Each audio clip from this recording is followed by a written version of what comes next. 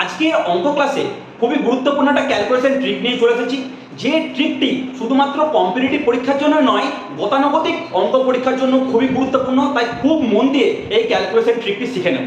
দেখে নিই, যখন দুই অঙ্কের কোনো সংখ্যা শেষ অঙ্কটি 5 থাকবে, তার বর্গ আমরা কিভাবে নির্ণয় করব সেটা আজ আমি শেখাবো। কি বলেছে?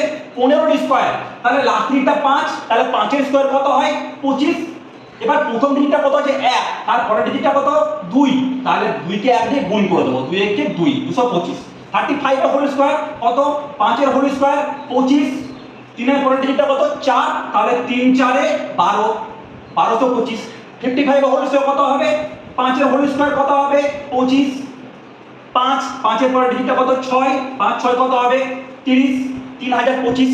তোমরা যদি এই ক্যালকুলেশন ট্রিকটি শিখে থাকো, তাহলে অতি অবশ্যই 75 এর হোল স্কয়ার কত হবে সেটি চটপট কমেন্ট সেকশনে উত্তর দিয়ে দাও।